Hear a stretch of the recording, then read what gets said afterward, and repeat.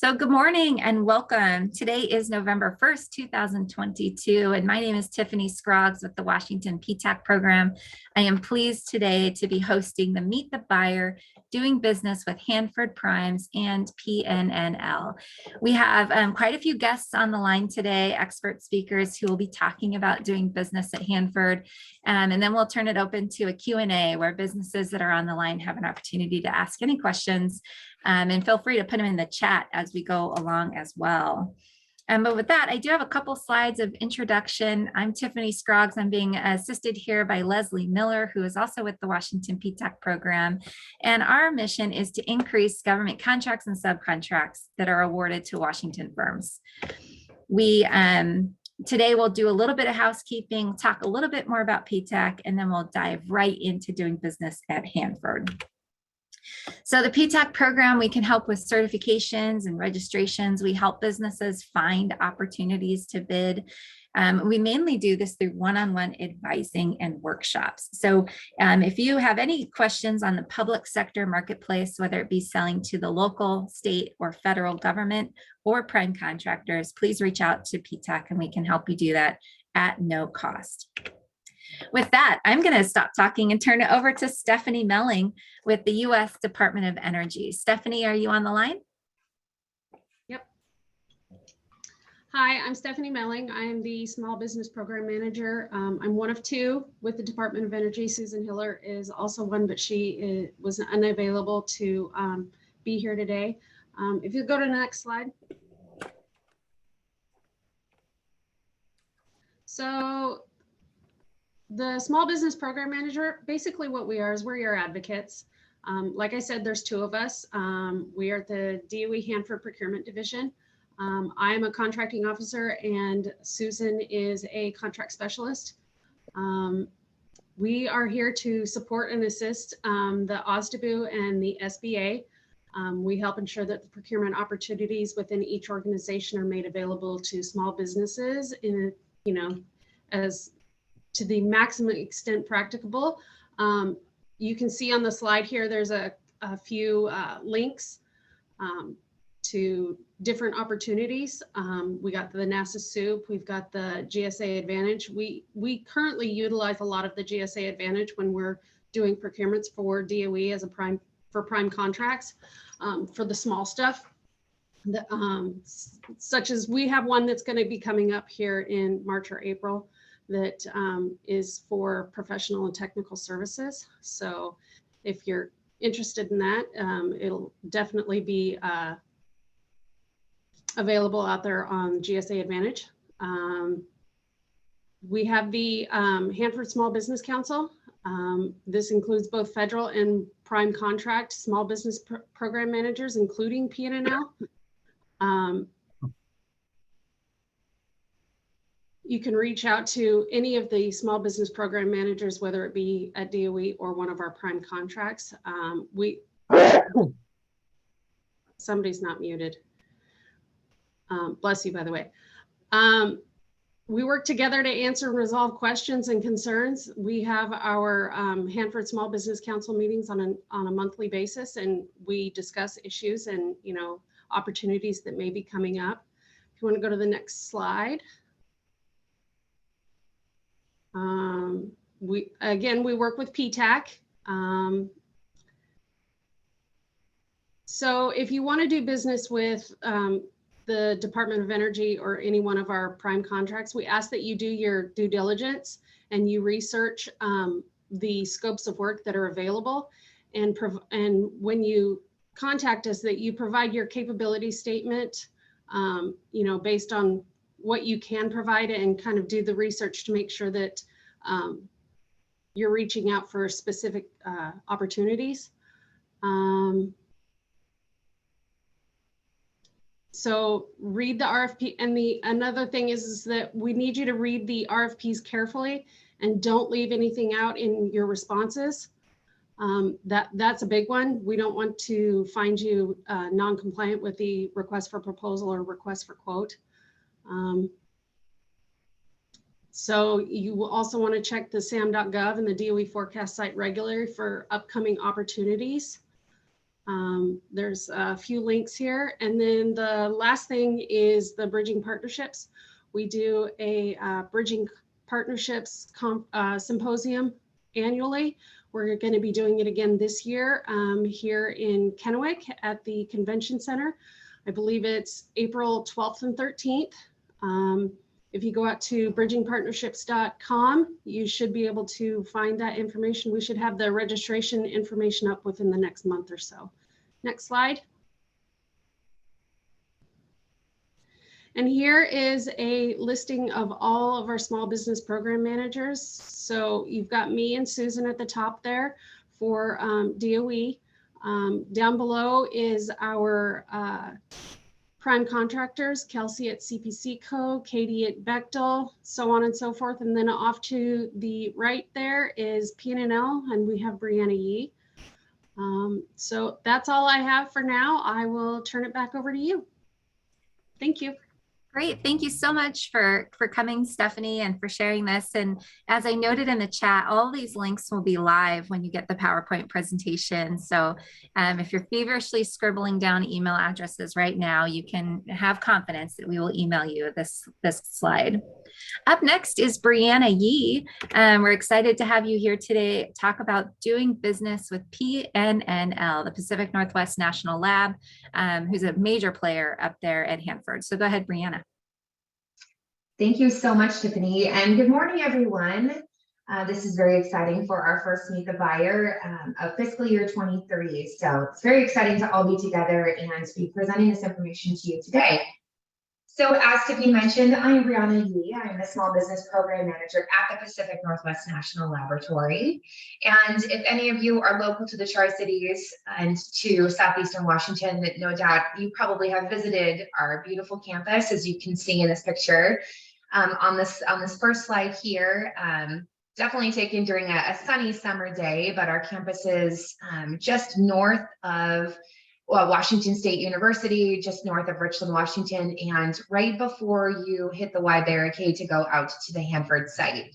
So we have about 40 buildings on our campus. We just built a brand new building that opened up last October, the Energy Sciences Capability Center, which is actually, it would be hiding behind the white banner that's right there on the picture. And then we have a new building, Grid Storage Launchpad, that is in the design build process right now and should be breaking ground sometime in the next year or two. Next slide, please. So for those of you who aren't familiar with how PNNL fits into the Department of Energy, M&O contractors, PNNL is actually one of 17 national laboratories that are scattered across the country. It is the only one in the Pacific Northwest and one of 4 on the West Coast. Pacific Northwest National Laboratory is actually one of the Department of Energy's Office of Science sites. So some of the sites are NNSA and also EM, which is what the majority of the Hanford contractors are. And PNNL is, again, Office of Science. So we mostly do research and development. We are co-located on the Hanford site, and in Richland, we do have satellite offices in various parts of Washington and Oregon and across the country as well. And we fit into the national laboratory system by really kind of trying to tackle the Department of Energy, but also other federal agencies and Battelle's private clients, critical scientific challenges. And I'll talk about that in more detail on the next slide. We go to the next slide, please. Thank you. So as I mentioned, PNNL is actually operated by the Battelle Memorial Institute. It is based out of Columbus, Ohio, a nonprofit, and it has been operating PNNL since 1965. We just received a contract extension for the next 5 years. So BMI will be operating PNNL for the next upcoming future. What PNNL really does is it's really mission driven. It's collaborations with government, again, federal agencies, academia. We have a lot of contracts and joint university proposals with different partnerships with colleges and universities across the country, also with industry, both commercial and with Battelle's private clients. We have three key sectors of doing research at PNNL that really everything falls into. Scientific discovery is kind of the overarching umbrella for earth sciences, chemistry, data analytics, biological sciences. We also do quite a bit, obviously, of being a Department of Energy National Lab in energy resiliency. Some of our main projects and departments there within the grid modernization project, and also working on research regarding energy storage. One of our larger directorates is that surrounding national security. We do a lot of work and a lot of research in the nuclear non-proliferation of radiological materials, also in the area of cybersecurity. Again, as I mentioned, we do have satellite campuses throughout the country. We do have a sister laboratory in Sequim, Washington, up on the Olympic Peninsula. It is called the Marine Sciences Laboratory, and it's kind of a mini campus. They do have about 8 to 10 different buildings up there. It's right on the water, and they are doing a lot of biomarine research out of that location. We also have offices in downtown Seattle and downtown Portland, really focusing a lot on our sustainability and our energy projects. Next slide. A few fun facts about PNNL. As you can see, we do $1.24 billion in research and development expenditures in FY21. It's quite a bit of money that's going out in our sales projects and also with procurement volume to move the laboratory ahead, really into where we want to go in terms of volume in the research and development that we're doing, and also to operate PNNL as a very modern campus.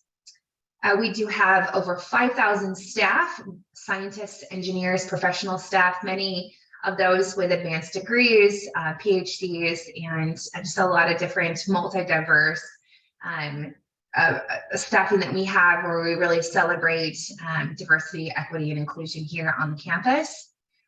These researchers and engineers and our professional staff, they have had over 1,200 peer-reviewed published articles, over 5,200 invention disclosures, and almost 3,000 US patents have come out of PNNL since 1965. PNNL really is focused on giving back to the community with almost $30 million in community investments into the local Tri-Cities economy and community since 1965.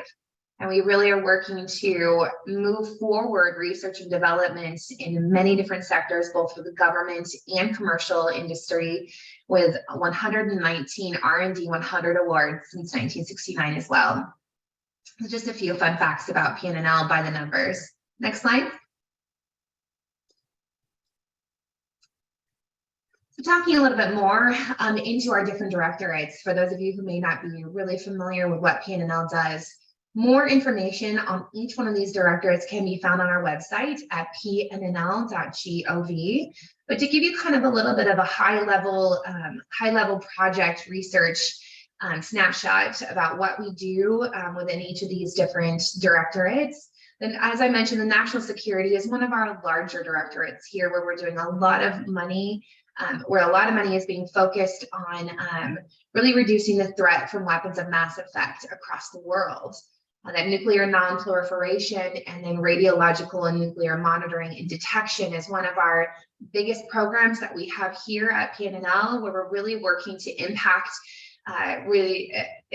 make a global impact on really protecting the citizens of third world countries, as well as the United States alike, from people who would want to create weapons of mass effect, either from radiological materials, and then just really trying to protect and secure those nuclear weapons. We also do a lot of work in explosive detections, and again, partnering back with that radiological monitoring. We do a lot of border security work as well. The Radiological Portal Monitoring Project, our RPMP project, is one of our largest across the country, where PNNL is really working to secure its borders, both north and south, as well as on land and sea. So at ports across the country, on both coasts. You'll see down in the bottom right-hand corner, there is a picture of a man at an airport. Those of you who have flown anytime recently within the last 20 years, the whole body scanners that you go through when you go through security, those actually were invented at PNNL. And fun fact, those scanners were actually invented for the commercial fashion industry. And then once the government learned about the capabilities of this equipment, they quickly thought, well, hey, we can sell that and we can use that for our own purposes with the TSA at airports and scanning individuals as they go through security in order to look for prohibited items that might be carried on a person. So next time you go through the airport and you put your hands over your head in the whole body scanner, we call that the PNNL salute. So you'll remember PNNL. Next slide, please. Some of the work that we're doing in our buildings on campus, as well as across some of our other campuses. So both here in Richland and also across campuses, we have the Environmental Molecular Sciences Laboratory, which is a world-class user facility where we have individuals and scientists and students from across the world and across the country coming to our EMSL facility to do research. We have a very large magnet that is located in that building and a lot of other laboratories where scientists and researchers can come and use these facilities to further their research. We also have, of note, the Bioproducts Sciences and Engineering Laboratory, which is we call the Bessel facility, that is kind of co-located on the Washington State University campus, where we are working with students there to partner with students who are doing graduate level work to do research in biofuels. We also have the Marine and Coastal Research Laboratory, our EMSL facility that we have up in Swim, as I mentioned, where we're really doing a lot of work in marine biology. It has direct access to coastal ocean water. So they're doing a lot of research there, an aquatic and terrestrial interface. They have a lot of in-water test facilities and doing things with flow-through wet labs, ultra-trace chemistry laboratories there as well. And really doing some work in research vessels. And we have a very renowned, world-class, state-of-the-art scientific dive team that operates out of our Marine and Coastal Research Laboratory as well in Swim. Next slide. So that's a little bit about PNNL. So in talking about what we buy and how we buy it, we have to talk first about the three different areas of procurement that we can use as methods for procuring goods and services. Obviously, we do subcontracts and purchase orders, which is how we purchase most of our high risk and our high dollar goods and services. So in FY22, we did $515 million through this method of purchase orders and subcontracts for services, as well as construction. Again, we did the Energy Sciences Capability Center was finished up, and we did the Grid Storage Launchpad funding contract for design builds. So that facilitated into our very large procurement volume, but we did purchase quite a bit of goods and services, even more than we did in FY21. In fact, it was over $20 million more than we did it in the previous fiscal year, and more than $40 million than we did 2 years past. So we are growing, and it doesn't appear to be slowing down anytime soon. We are looking at a projection of $422 million in procurement volume for FY23, and no doubt we'll probably surpass that easily by the end of the year. Another way that we purchase goods and services is through our P card program. So use of our government purchase cards from cardholders who have approved purchasing limits. We purchase low dollar goods procurements through our P card program, as well as services as well. Those would be low risk services. We did about $27 million last fiscal year, and we're tracking to do it roughly about the same through our P card program as well, if not a little bit more, just due to the uptick in procurement volume that we expect overall in general. We also have a very robust e-procurement program, which we call business to business or B2B at PNNL. Mostly through this program, we purchase commercial off-the-shelf goods from pre-selected suppliers that have pre-negotiated catalogs and pricing terms and conditions, essentially like BOAs, where we do individual purchase orders through this e-procurement punch-out platform. We use an external third-party software called Jagger to host our punch-out catalogs. They utilize CXML technology. And we're always looking for more suppliers who can utilize this type of technology and partner with us here for commercial off-the-shelf goods, things like office supplies and lab supplies. We do that very robustly. Usually, we have a large procurement volume. Last year, we only did about $12 million in total B2B volume, as we lost our managed hardware supplier for the majority of the year. We do have that back now on B2B, and so we are anticipating that we will have a lot of growth in our e-procurement program in FY23.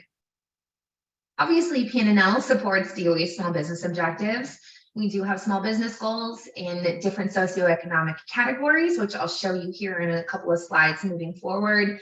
But as a small business program manager, my job is to connect small businesses in the local Tri-Cities community across the Pacific Northwest and of course across the country with our buyers as well as our technical staff in order to really partner with the best subcontractors and vendors in order to procure the goods and services that we need for reasonable cost, and then in order to really impact the small business community across the country.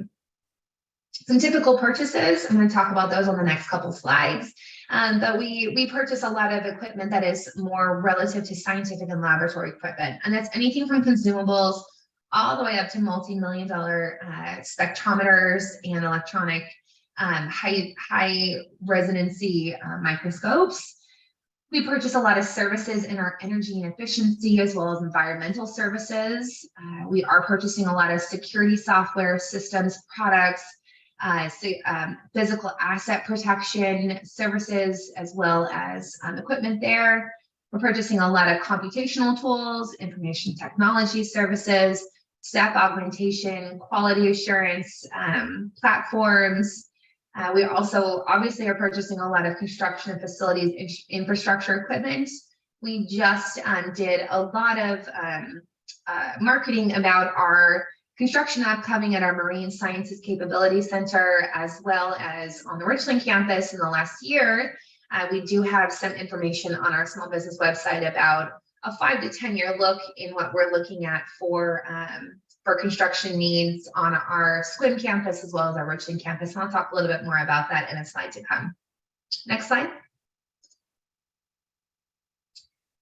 So this next one is a little bit of an eye chart with some small text, but if you are looking at the slides when you receive them, this is kind of breaking up what our goods categories look like. Our services are really kind of broken down by NAICS code, and I don't have a good graphic to show. The majority of what comes out of our $515 million that we did in FY22 is really going to look like it's mostly put towards our leases and as well as towards our construction, and then globally overall just scientific, professional, and consulting type of services. So really when we break it down, we want to look at NAICS codes. And so I have that information. It's just not readily available for FY22, but I wanted to show you our top goods categories. So you can see, for those of you who are vendors who sell, who are resellers or have your own OEM type of goods that you would like to resell to us, you can kind of see that the majority of the money that we spend on goods, as I mentioned, is really going to laboratory measuring, observing, and testing equipment. So we're really looking for vendors that can partner with us on that type of equipment. We also are purchasing a lot of IT and telecommunications type of equipment. That's for both for use on our Richland campus and then across country at our different satellite and then little individual project type of work that we're doing. Another large chunk of money is also going to defense, law enforcement, security, and safety equipment, which I mentioned. A lot of that's going to be in our physical protection of assets, which partners along with what we're doing in NSD. And another large chunk there in orange, which is a little bit surprising, is commercial, military, and private vehicles and accessories and components. That's where we're really purchasing a lot of vehicles and infrastructure equipment for some of the international sites that we're partnering on with some governments and some other partners across the world, again, in terms of some physical asset protection as well as radiological material protection. So interesting work and some things that might be surprising to you. So I wanted to show you so you can kind of get a little bit of an idea of where we're spending a lot of our money. Next slide. All right, so as I mentioned, obviously PNNL is very geared towards not only meeting but exceeding its small business objectives, but also really just partnering with small businesses to the maximum extent practicable in any area that we can, all the way from our e-procurement punch-out solution, all the way to a mentor protege program. There's lots of different things that we do on a regular basis as well as annually in order to really make an impact in the small business community locally and across the country. So our goals, as you can see, this was our FY22 small business accomplishments. Our goals right now, the guidance that we've received from DOE is that we should keep our goals the way that they are until the SBA maybe changes their goals with the Department of Energy. But for right now, we're looking at maintaining a 49% goal for small business spend into FY23, 5% to disadvantaged business, women-owned business, as well as veteran-owned small businesses. We're looking at putting 3% of our eligible subcontracting base to hub zone businesses, as well as service disabled veteran-owned.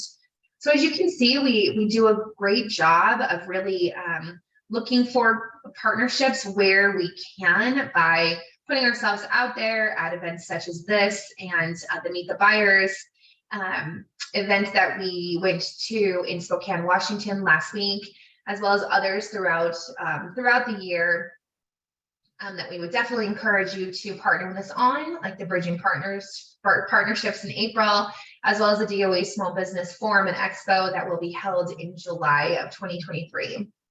So as you can see, we have lofty goals, and we are really looking for as many small businesses that we can really partner on to have a really great relationship with and do business with. Next slide. So some tips on working with PNNL. So there's lots of different things that you can do prior to doing work with us, prior to reaching out for a meeting with a small business program manager or even our buyers and our technical staff. The one thing I would definitely recommend to do is go to our website and learn about PNNL and how you specifically can help with our mission. We have a very robust website that has a lot of information about the research that we're doing both on our Richland campus, our Squim campus in Portland, Seattle, and then across the various directorates, as I mentioned, for scientific discovery, energy resilience, as well as our national security work that we're doing. So take a few minutes to learn and really learn about PNNL, what we do, how we operate as an M&L contractor, and then the different projects and the different directorates that we are operating out of PNNL, and then how you specifically can help with us. We have our prime contract on our website, and it is available to the public. So the important thing I think here would be to go to that prime contract website, learn about our contract scope and different requirements so that there are no surprises and you're relatively familiar with how to do business specifically with PNNL and how it might differ with some of the other government contractors that you might be used to working with.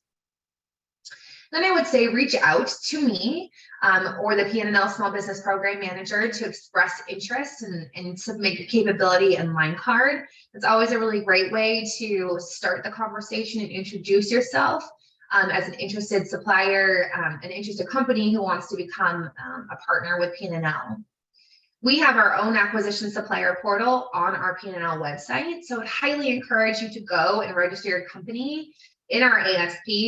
It's a really great way to offer information that's available to not only me as a small business program manager, but the PNNL buyers, our technical staff, and it is available to any government contractor who wants to go to the website to kind of look at the database in order to find out information and find sources maybe for their bidders list as well, see who has capabilities in a need that they might have as well.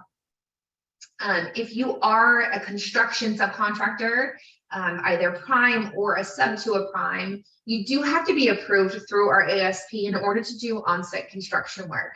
So that means that you have not only submitted for an ASP profile that has information about your company and your capabilities, but you've also submitted information about your QA program, past performance, financial responsibility, as well as environment, safety, and health considerations. And you've gone through a little bit more rigorous approval process of information from each one of those different programs, and you've received sign off and approval from our construction lead. So make sure if you are interested in providing a proposal or doing work on site as a construction prime or sub, that you get into our ASP and get your profile approved through that process. And then if you happen to be a large business, I always recommend partnering with a small business, either for reselling of goods or for the provision of services to PNNL, just because obviously we want to try to increase the opportunities to small businesses to the maximum extent practicable. So our buyers are really trained to look for small business resellers if they are trying to partner or purchase something from a large OEM manufacturer, reseller. We always ask about and look for a small business partner where we can. Next slide.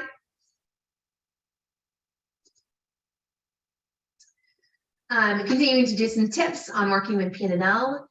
So that's how to get your name and your information to the buyers and also to the small business program. But prior to doing work with PNNL, some other tips that my buyers have asked me to pass on information to potential subcontractors is really to become familiar with our requirements for our vendor setup so that there aren't any surprises. We do require a SAM unique entity identifier number.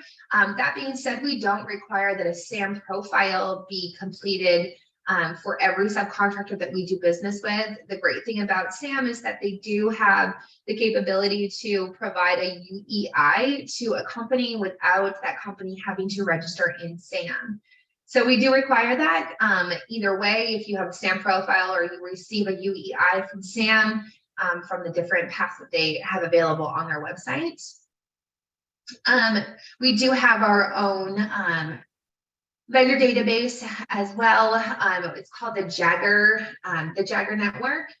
We do a vendor management portal, and we require our vendors that we are doing business with to register in the vendor management portal. So if you are going to do business with us, we are going to do award a contract with you.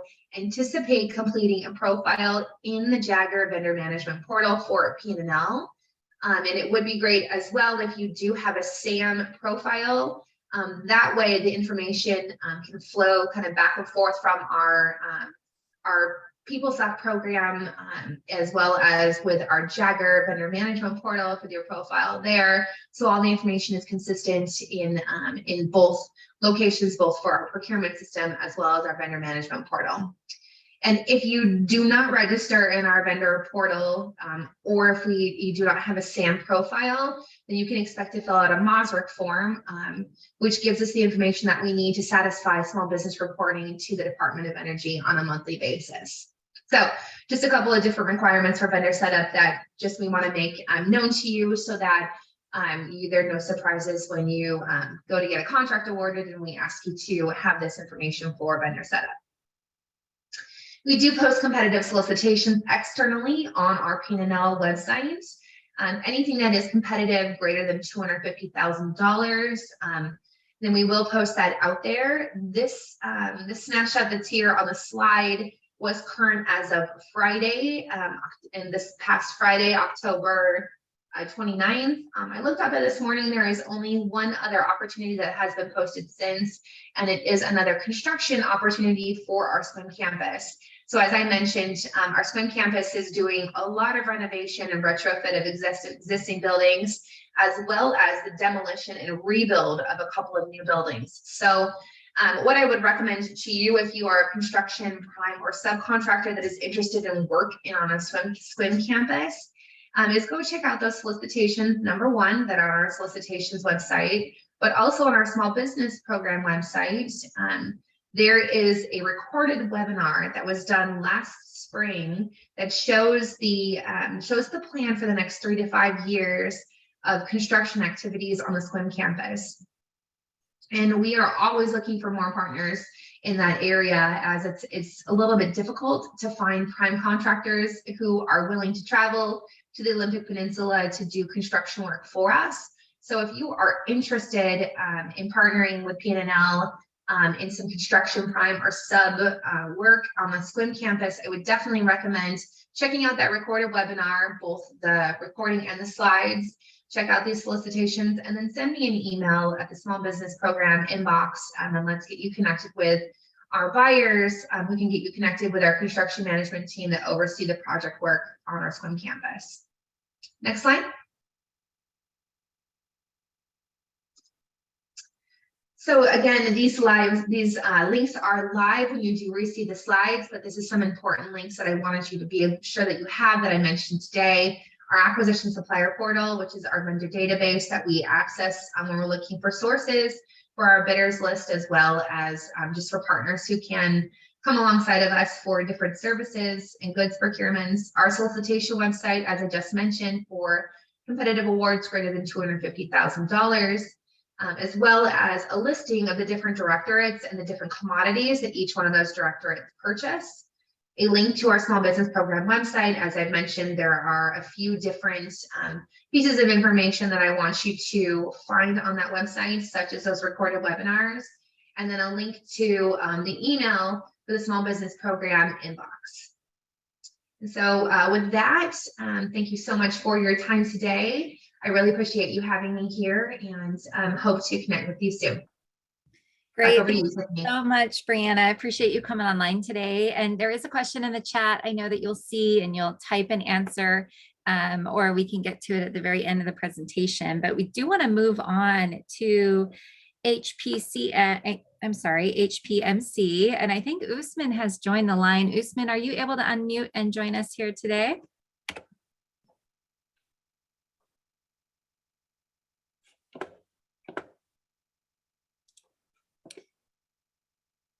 HPMC, are you here today?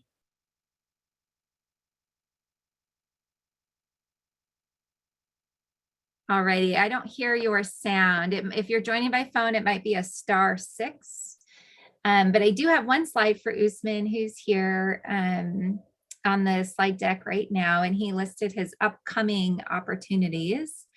Are you there? All right, we will, oh, he said his computer mic is not working. All right, sorry about that. If you want to try and join by phone and then just ping me when you're back on, Usman, that would be great. And we can come back to this slide number 22. With that, let's go ahead and move on to Washington River Protection Solutions. So we do have a representative here today. Stacy is on the line. Stacy, are you able to unmute and join us today? Yes, I am. Thank you. Excellent. Welcome. Thank you. As she mentioned, I'm Stacy Downing with WRPS, Washington River Protection Solutions. We are a prime contractor for the Hanford tank operations since October of 2008. Next slide, please. We went on a 10-year contract plus 5 years extension, and it's set to expire the end of this fiscal year. So we're an led company with who partners with Atkins and Orono, and currently we have over 2,200 employees. Slide, please. Our mission at WRPS is to help protect the public and the environment from the radioactive and chemical waste that's being stored in 177 tanks out on site. This waste material is from nuclear weapons, the waste from the nuclear weapons of World War II and some of the post-wars. Currently, we're safely managing and retrieving that waste from the tanks and trying to prepare that delivery in an underground pipe to the waste treatment plant. They're sporadically spaced out in 18 farms around the Hanford site. And we want to immobilize this waste and get it over to the waste treatment plant safely and as effectively as possible. Next slide, please. For fiscal year 23, the strategic priorities listed are our goals: to complete the AX farm retrieval, maximize double shell tank space, improve infrastructures, and the TSCR, which is tank side cesium removal campaign, prepare for retrieval from the next round of the tanks, and integrate the tank farm and the waste treatment plant. Currently in that picture, you can see that that tank has a 1 million gallon capacity and the double wall structure. Next slide, please.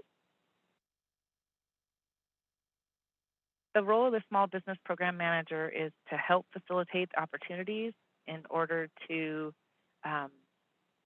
connect the vendors with the buyers and try to pair up opportunities with the specialties that they offer.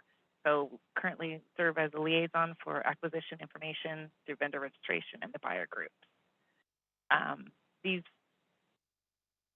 This pairing is going to help us meet or exceed the established goals that have set for WRPS as we award to small businesses in the following socioeconomic categories. You can see there our goals are quite different from PNNL, but again, we have the same categories. And currently, the fiscal year 22 ended with an award total of almost 2.6 million in subcontracts, with 1.6 of that, or 64.9%, being awarded to small businesses. Next slide, please. The role of the procurement services for WRPS is to integrate the supply chain and consistently seek to find the highest quality, best value for construction services and products. They do this by competitive pricing, getting things in a timely manner, working with qualified suppliers and subcontractors, and all of this is backed by a sound contract that really highly highlights safety, quality, and environmental standards. And the procurement department is the only department within WRPS who can commit funds by awarding contracts. Slide, please. Currently, WRPS has subcontracting opportunities in the following specialty areas.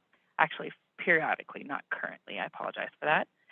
Quite a few different specialty fields: construction, industrial hygiene, safety, production, radiological support, robotics, software, hardware, training, leadership, and all of our current solicitations will be posted on our external webpage. There, again, I will have it on another slide as well. I didn't include our current solicitations within the presentation, but if you want to use that active link, you'll get the most up-to-date opportunities that we have listed. Next slide, please. Again, that website is www.hanford.gov/TOCPMM/. Within that, on that webpage, you'll see it tells you who WRPS is, small business information and events, current RFPs, RFIs, EOIs, and also, very importantly, lists the terms and documents and forms. So any of the information, additional information you'll be looking for should be located on that site. If not, next slide, please. You can always reach out to myself. But again, it's recommended that you read those T's and C's prior to submitting a proposal, become familiar with the procedures. As Brianna mentioned, for PNNL, it's very important that you follow the procedures within each of the different entities. Any questions you have on the bidding structure and templates can be answered there. And again, only complete and accurate bids are accepted.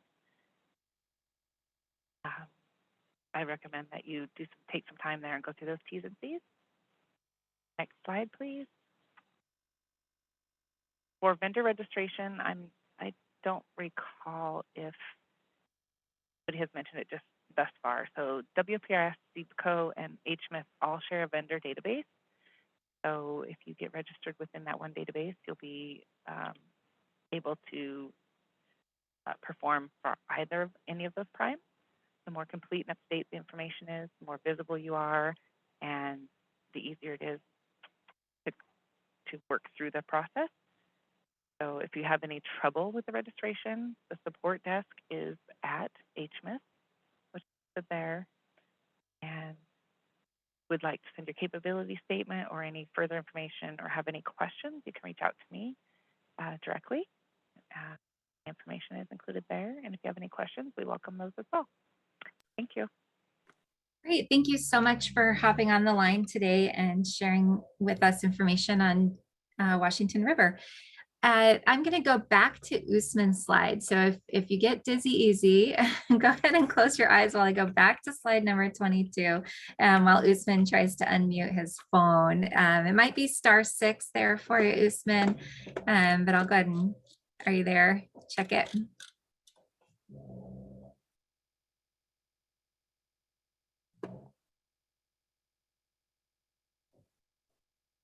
Usman, are you there?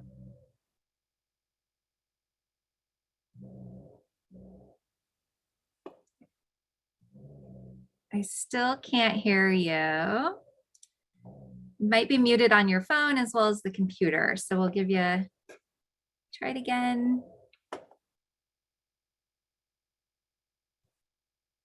Yep, darn, we're still not hearing you. We'll try it again here in a little bit, Usman. We'll move on to our next speaker here. Excuse your eyes. We'll move it over to Bechtel. Katie is on the line.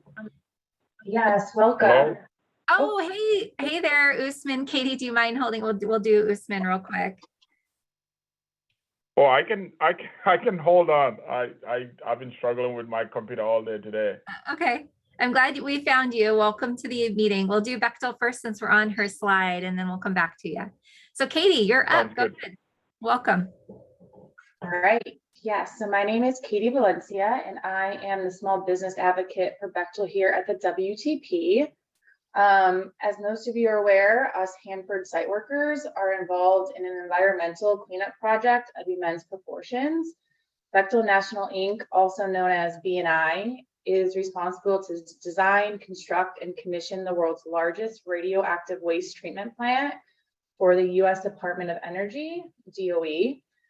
When complete, the Hanford Take Waste Treatment and Immobilization Plant, also known as a VIP plant, as we like to call it, will process and stabilize 1 million gallons of radioactive and chemical waste currently stored at the Hanford site. So the process in which this will be accomplished by is known as vitrification. This process mixes waste from the underground tanks with glass forming materials and high temperature melters. And our mission is to deliver a waste treatment plant that will safely process Hanford tank waste in accordance with the DOE requirements. Next slide, please. So currently at the WTP, our focus is on vitrifying the low activity waste in the tanks first, and we are set to do that in 2023. So as mentioned on the previous slide, in order to get to vitrification, we need melters. So as we like to call it right now, we are on the journey to melter heat up. And as you can see here on this graphic, we currently are at melter 1 heat up, and that actually just occurred a couple weeks ago in about mid-October. From there, we'll continue our steep climb with cold commissioning, then melter 2 heat up, hot commissioning, and then finally, the low activity waste facility will be operational. In parallel though, Bechtel is advancing the high level waste facility, its design, procurement, and construction. Looking ahead, there are some exciting times ahead for the WTP. Our primary focus will continue to be on the journey to melter heat up. Melter 2 heat up is scheduled for early to mid 2023. We will also continue to progress the system design reviews for HLW. In addition, as we ramp up in HLW, we plan to re-award and award a considerable amount of targeted HLW procurements in 2023 and 2024 to support engineering design completion and to support construction. And finally, we will continue the long-term preservation and maintenance of the high-level waste facility, the pre-treatment facility, and of our warehouses. Next slide. So this is where you guys all come into play. Bechtel is committed to involving small business concerns to the maximum extent possible here at the WTP. We have small business subcontracting goals specified in our prime contract, and we strive to meet or exceed our established goals for awards to small businesses for the following economic categories. So our overall small business goal that's in our prime contract is that we award to 40.4% to small businesses. For small disadvantaged business, it's 3.5%. Our goal for women owned is 4%. For Hub Zone, it's 1.6%. Veteran owned is 5%. And our service disabled veteran owned is 0.15%. And since contract award, through September 2022, BNI has awarded a total of $1.8 billion to small businesses. And below here is our small business email address. So if you have any questions or would like to get in touch with me, please use this email address here. All right, next slide, please. So tips for working with Bechtel. Kind of like the previous primes had said in PNNL, reach out to your small business program manager if you're interested in an opportunity. So that would be me. So reach out to me if you're interested in an opportunity, and I will get you in touch with the appropriate procurement representative. And make sure you are registered with Bechtel. So we're not part of the Hanford portal that was mentioned a little bit ago, like some of the other primes. We have our own portal. So make sure you're registered there, because in order to submit interest on opportunities and to be added to a bid list, you need to be registered within the Bechtel portal. Confirm your system for award management, your SAM profile is up to date. This includes NAICS codes, business size, and so on. And read the entire request for proposal carefully and make sure you don't leave anything blank. Typically our RFP packages are, novels, right? There's a lot of paper, and sometimes we have fields that say NA or none, and a lot of suppliers tend to not fill those spots in. So please make sure you fill in and read the RFP carefully. And if it says put it at NA or none, please make sure you do that. Otherwise, we'll be reaching back to you.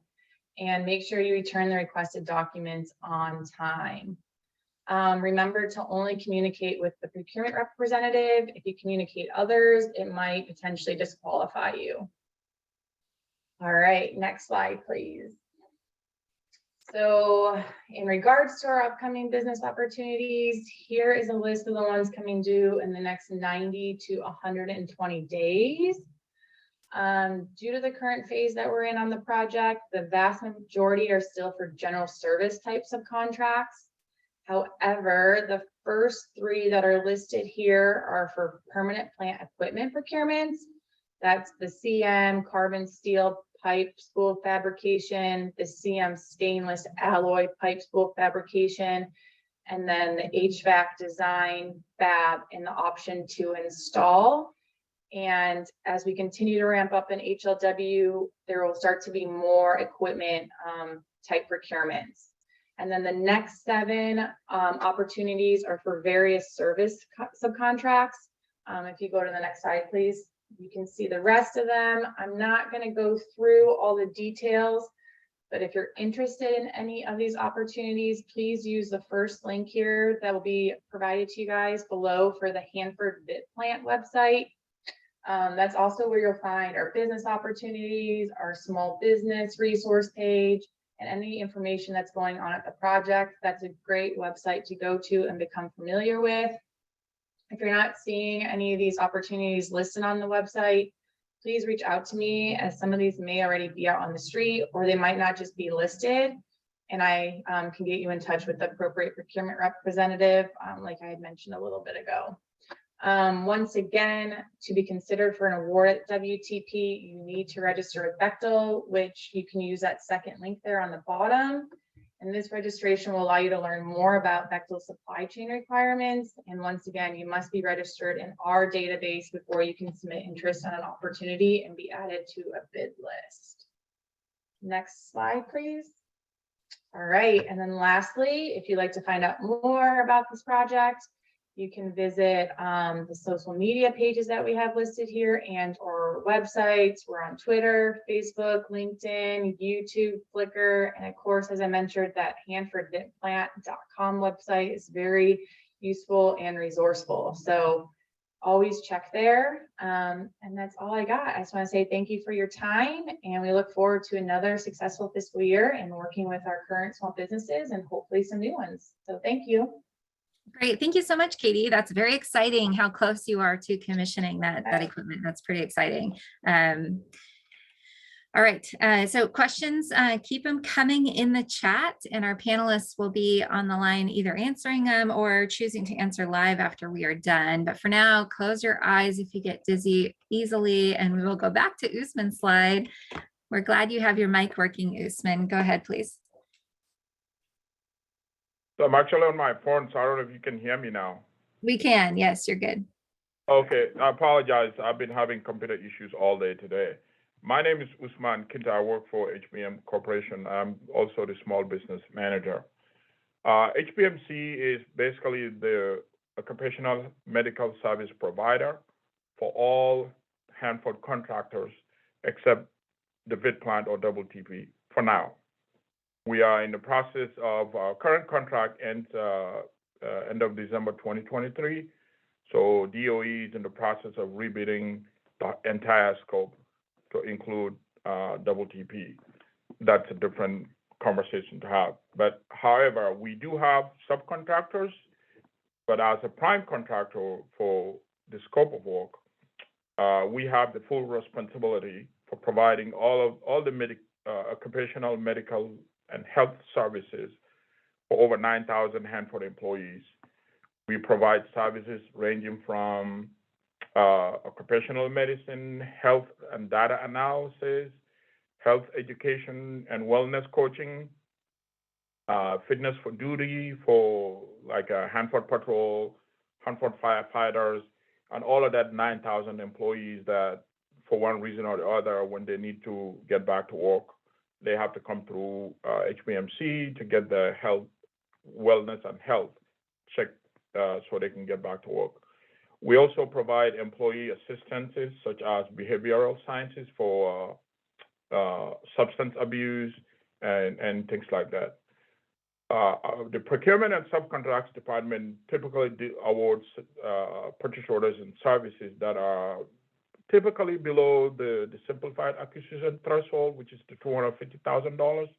However, we also have other subcontracts and services that are above that based on the need. We mostly support the clinic and our other areas within the company for services and purchases. So as you can see from the slide, we currently have, obviously with the occupational and medical services being our core, we have flu vaccines. We recently just finished our 2022 flu season.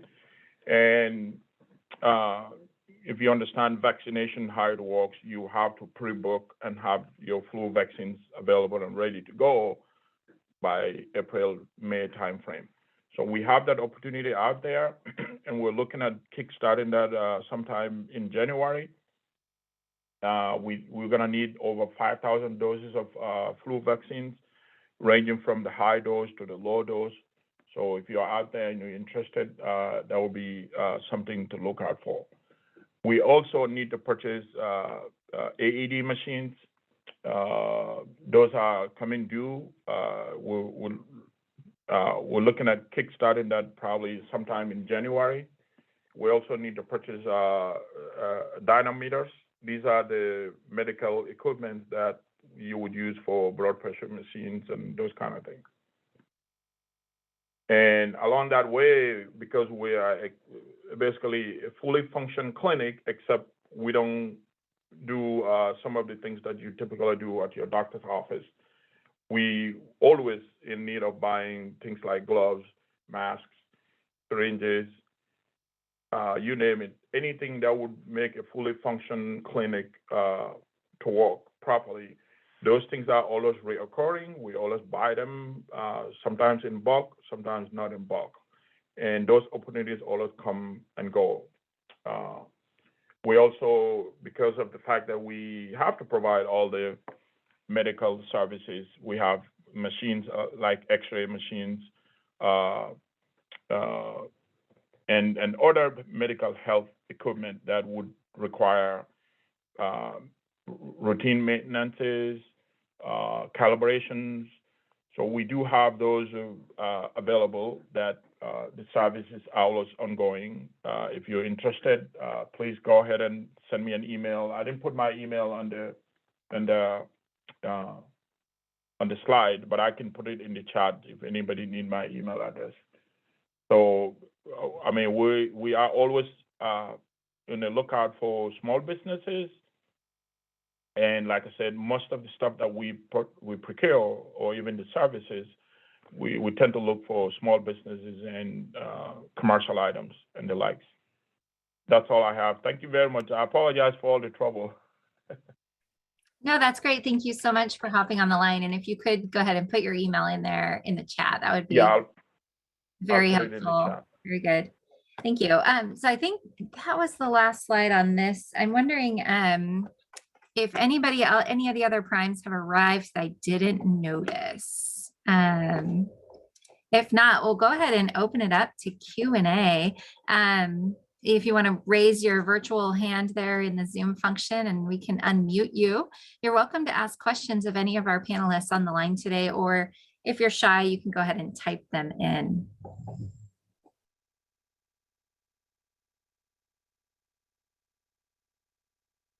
Go ahead, Dr. Catherine. Yeah.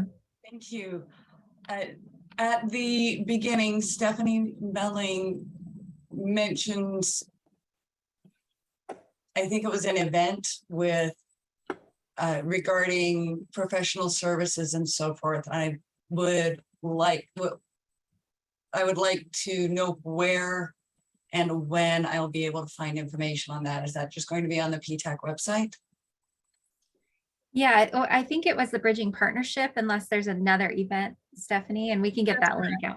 Okay. Yeah, Bridging Partnerships. And the link is in the chat. It was put in there.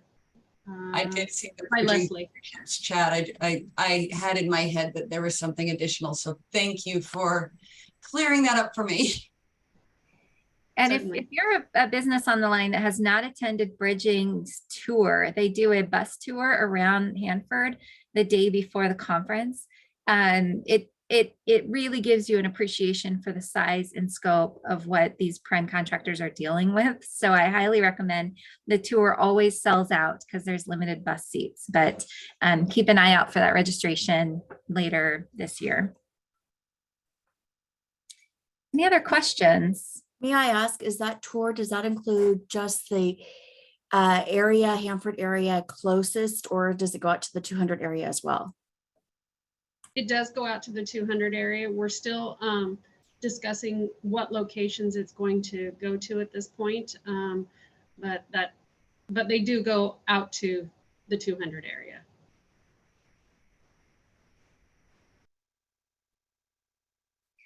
Any other questions for our panelists today?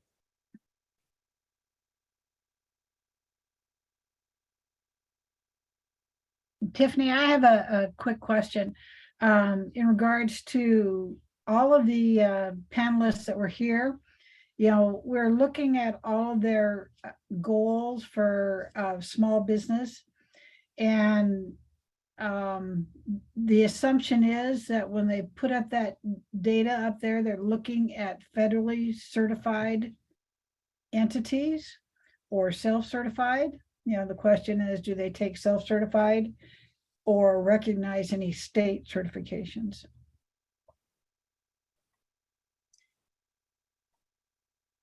It's a great question. Do the primes want to speak to how you recognize the certifications?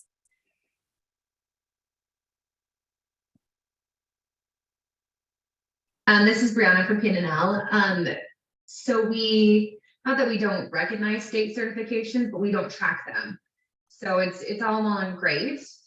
In fact, it's great, really great. You have state certifications too, but because of the way that our subcontracting plan incorporates goals, it is at the SBA level for certifications or self-certification. So we just don't track them. So there's nothing that we have available in our PeopleSoft system, which is our ERP, or in our Jagger vendor portal that really kind of tracks the state certifications the same way that it does the SBA certifications and the ones that we track for our subcontracting goals.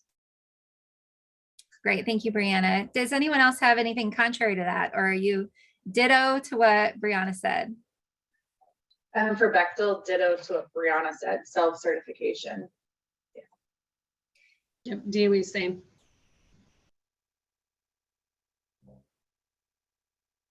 All right, thank you. That's very helpful. There is a question in here from Keith. Is ASP registration sufficient to reach all buyers, or would additional marketing / outreach to relevant departments be recommended?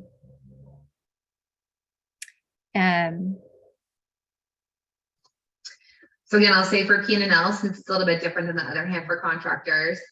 So our registration in our supplier portal is great. It's a great way to reach our buyers. It's a great way to just have information about your company available to anybody who would like to query that database. And again, it's open to anybody. So any Hanford contractor, any other Department of Energy M&O contractor, Office of Science, EM, NNSA. So anybody can come and data mine that database looking for resources. Also, we don't publish our buyers or our directorate contracts managers contact information just due to fraud concerns. So we would recommend, if you want to get that information in front of our the different contract specialists for each of the directorates or technical staff in the other directorates that you're looking at wanting to get your information in front of, do some marketing and outreach, email the small business program inbox, and then we will forward that on. And we recommend a capability statement at that point, I would imagine, Brianna. And if you don't have a one pager or a link to something on your website that kind of outlines your capabilities, you can work with PTAC and we can help you kind of, formulate that so that Brianna and the others are informed as to what you do. Is that okay, Brianna, for me to say? Oh, absolutely. Yeah, definitely. If there's not a capability statement or a line card available for your company, put that information into the body of the email. That's really helpful. At least have a link to your website. Or we will direct you, or you can reach out to your local PTAC in order to get some assistance in creating this capability statement. Great, thank you. Anyone else want to address Keith's question about reaching out to specific buyers within the entity? Bechtel's kind of the same. We don't publish our buyers' information. So the best way to go about it is to contact the small business manager. That would be myself. And then I can get you in touch with the procurement rep based on the scope of work. And like you said, a capability statement is always nice to have. Great, thank you, Katie. And Usman says same for HPMC. Very good. Leslie put her contact information in there. I will also put mine in there. You'll get an email from me either later today or tomorrow as to when you can get a link of the recording, and then I'll attach a PDF copy of the slide deck so you have all the links to the websites. With that, I'm going to give you a 3-second chance to type in last question or unmute yourself and ask. All right, that's a wrap. Thank you so much to all the primes and to the Department of Energy and PNNL that hopped on the line today. You guys do extraordinary work out there. We'll see you in the spring at Bridging Partners. And in the meantime, contact Leslie and I if you have any questions. Thank you so much. Thank you. Thank you.